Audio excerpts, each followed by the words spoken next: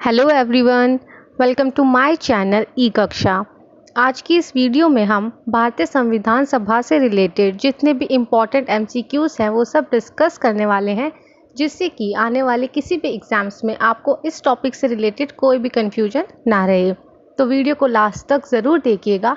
और हाँ, अगर मेरी ये वीडियो आपको पसंद आती है तो मेरे चैनल को सब्सक्राइब ज़रूर कीजिएगा और इसे ज़्यादा से ज़्यादा अपने फैमिली एंड फ्रेंड्स के साथ शेयर कीजिएगा। तो चलिए बिना ज़्यादा टाइम वेस्ट किए हम शुरू करते हैं हमारी आज की वीडियो। हमारा आज का फर्स्ट क्वेश्चन है, संविधान सभा में किस प्रांत का प्रतिनिधित्व सबसे अधिक था। तो दोस्तों, अगर हम बात करें कि किस प्रांत को सबसे अधिक प्रतिनिधित्व दिया गया था संविधान सभा में, तो ऐसी कोई भी पर्टिकुलर प्रांत नहीं थी जिसे सबसे ज़्यादा प्रतिनिधित्व दिया गया था। सभी प्रांतों को संविधान सभा में इक्वली प्रतिनिधित्व जो है दिया गया था। इसलिए इस क्वेश्चन का हमारा सही आंसर होगा ऑप्शन नंबर सी, संयुक्त प्रांत। इसके अलावा अगर हम बात करें तो संविधान सभा में सभी प्रांतों को उनकी जनसंख्या के अनुपात में जो है प्रतिनिधित्व दिया गया था, यानी कि 10 लाख की आबादी पर सभी प्रांतों को एक स्थान का आवंटन जो है किया गया था। नेक्स्ट क्वेश्चन है, सन 1936 में भारतीय राष्ट्रीय कांग्रेस द्वारा संविधान सभा के गठन की मांग कहाँ पर हुए अधिवेशन में रखी गई थी। अगर हम 1936 में हुए अधिवेशन की बात करें तो वो फैजपुर में हुआ था, जो कि 50वां अधिवेशन था जिसमें कांग्रेस के द्वारा संविधान सभा के गठन की मांग की गई थी। 1936 में हुए इस अधिवेशन की सबसे खास बात ये थी कि ये पहला अधिवेशन था जो कि किसी गांव में आयोजित किया गया था। इस बात को जो आप लोग ध्यान में रखेंगे, तो इस क्वेश्चन का हमारा आंसर होगा ऑप्शन नंबर सी, फैजपुर। हमारा आज का तीसरा क्वेश्चन है, भारतीय संविधान सभा के प्रारूप समिति के अध्यक्ष कौन थे। तो दोस्तों, अगर हम प्रारूप समिति की बात करें तो इसके अध्यक्ष डॉक्टर BR अम्बेडकर को बनाया गया था। इसके अलावा प्रारूप समिति के बारे में अगर आपसे पूछा जाए कि इसके सदस्यों की संख्या कितनी थी, तो वो थी टोटल 7। तो ये जो क्वेश्चन है वो काफ़ी इम्पॉर्टेंट है, इसलिए आप लोग जो है इसको ध्यान में रखेंगे। अगला क्वेश्चन है, संविधान सभा के सदस्यों को निम्न में से किसने प्रत्यक्ष रूप से निर्वाचित किया। तो दोस्तों, ये जो संविधान सभा है इसके सदस्यों की कुल संख्या 379 यानी कि 389 जो है निश्चित की गई थी। और इन 379 सदस्यों का जो निर्वाचन है वो विभिन्न प्रांतों की विधानसभाओं के द्वारा किया गया था। तो इस क्वेश्चन का हमारा सही आंसर होगा option number B. Fifth question है, भारत को एक संविधान देने का प्रस्ताव संविधान सभा द्वारा पारित किया गया था।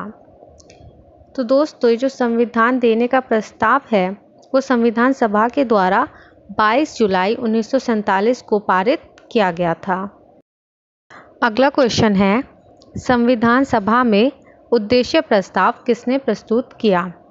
तो दोस्तों, ये जो उद्देश्य प्रस्ताव है वो 13 दिसंबर 1946 को जवाहरलाल नेहरू के द्वारा संविधान सभा में पेश किया गया था, जिसके बाद ही संविधान सभा की कार्यवाही शुरू हुई थी।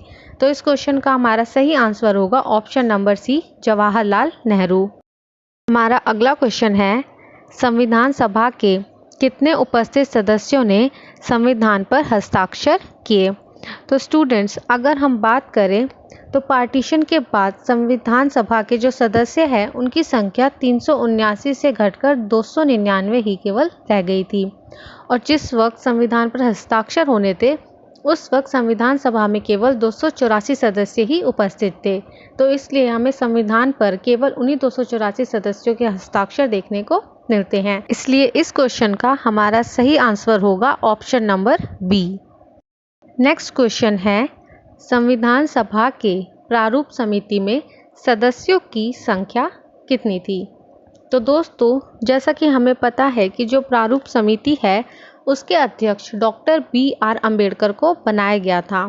और इस समिति के जो टोटल सदस्यों की संख्या थी वो थी 7, जिसमें शामिल थे doctor BR Ambedkar, N Gopal Swami Ayyangar, Alladi Krishna Swami Iyer, Kanhaiya Lal Maneklal Munshi, जिन्हें हम KM मुंशी के नाम से भी जानते हैं, सैयद मोहम्मद सादुल्ला, N माधव राव जो कि BL मित्र के स्थान पर आए थे, और हमारे सातवें हैं डीपी खेतान।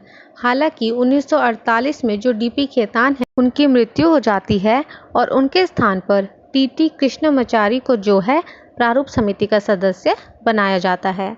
तो इस क्वेश्चन का हमारा सही आंसर होगा ऑप्शन नंबर सी। अगला क्वेश्चन है, वर्ष 1942 में किस योजना के तहत यह स्वीकार किया गया कि भारत में एक निर्वाचित संविधान सभा का गठन होगा जो युद्धोपरांत संविधान का निर्माण करेगी? तो दोस्तों 1942 में जो क्रिप्स इंडिया मिशन है वो भारत आता है, जिसके अध्यक्ष स्टेफर्ड क्रिप्स होते हैं।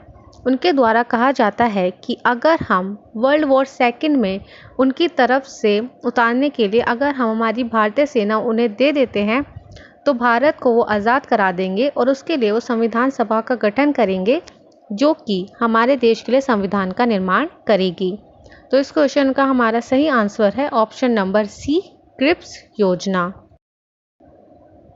अगला क्वेश्चन है, भारत के संविधान का निर्माता किसे माना जाता है? तो दोस्तों जो संविधान का निर्माता है वो डॉक्टर बी.आर. अम्बेडकर को माना जाता है, क्योंकि डॉक्टर बी.आर. अम्बेडकर की भूमिका भारत के संविधान के निर्माण में बहुत ही अहम मानी जाती है। इसलिए इस क्वेश्चन का हमारा सही आंसर होगा ऑप्शन नंबर डी। हमारा अगला क्वेश्चन है, संविधान सभा में सभी निर्णय किस आधार पर लिए गए थे? तो दोस्तों संविधान सभा में जितने भी निर्णय लिए गए थे वो सभी मेंबर्स की आपसी सहमति और समायोजना के बाद ही लिए गए थे। तो इस क्वेश्चन का हमारा सही आंसर होगा option number D. Next question है, पुनर्गठन के फलस्वरूप वर्ष 1947 में संविधान सभा के सदस्यों की संख्या कितनी रह गई? तो दोस्तों जैसा कि हमें पता है 1947 में हमारे देश का जो है विभाजन हुआ था, जिसके बाद संविधान सभा के सदस्यों की संख्या घटकर 379 यानी कि 389 से घटकर 299 रह गई थी। हमारा नेक्स्ट क्वेश्चन है, संविधान सभा ने संविधान को अंतिम रूप से किस दिन पारित किया? तो दोस्तों संविधान सभा के द्वारा संविधान को 26 नवंबर 1949 को अंतिम रूप से पारित किया गया था। हमारा अगला क्वेश्चन है, पुनर्गठित संविधान सभा में विभिन्न प्रांतों के कितने प्रतिनिधि थे? तो दोस्तों पुनर्गठन के बाद भारतीय संविधान सभा के सदस्यों की संख्या घटकर 299 रह गई थी, जिसमें विभिन्न प्रांतों के टोटल 229 प्रतिनिधि थे। इसके अलावा अगर हम बात करें पुनर्गठन के बाद संविधान सभा में देशी रियासतों के प्रतिनिधियों की संख्या जो है 70 थी। तो इस बात को भी जो है आप लोग ध्यान में रखेंगे। तो इस क्वेश्चन का हमारा सही आंसर होगा option number C, 229। Next question है, संविधान सभा द्वारा अंतिम रूप से पारित संविधान में कुल कितने अनुच्छेद और अनुसूचियां थी? तो जैसा कि हमें पता है कि संविधान को अंतिम रूप से पारित 26 नवंबर 1949 को जो है किया गया था। जिस वक्त संविधान सभा के द्वारा संविधान को पारित किया गया था उस वक्त संविधान में 395 अनुच्छेद और 8 अनुसूचियां थी। तो इस क्वेश्चन का हमारा सही आंसर होगा ऑप्शन नंबर सी। हमारा अगला क्वेश्चन है, संविधान सभा में झंडा समिति के अध्यक्ष कौन थे? तो दोस्तों जैसा कि हमें पता है कि संविधान सभा में कई अलग अलग समिति जो है बनाई गई थी, जिनमें से एक थी झंडा समिति और इसके जो अध्यक्ष बनाए गए थे वो थे जेपी कृपलानी।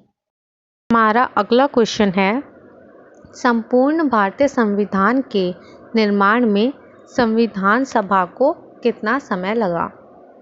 तो स्टूडेंट्स हमारे देश के संविधान का निर्माण करने में संविधान सभा को कुल 2 साल 11 महीने और 18 दिन का समय जो है लगा था और इस पूरे टाइम पीरियड में संविधान को बनाने में जो खर्चा हुआ था वो था 63,96,729 रुपये का।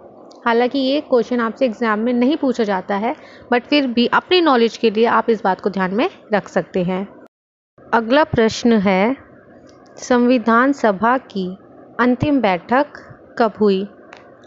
तो दोस्तों, संविधान सभा की जो लास्ट बैठक हुई थी वो 24 जनवरी 1950 को हुई थी और इसी दिन संविधान सभा के द्वारा डॉक्टर राजेंद्र प्रसाद को भारत का पहला राष्ट्रपति चुना गया था।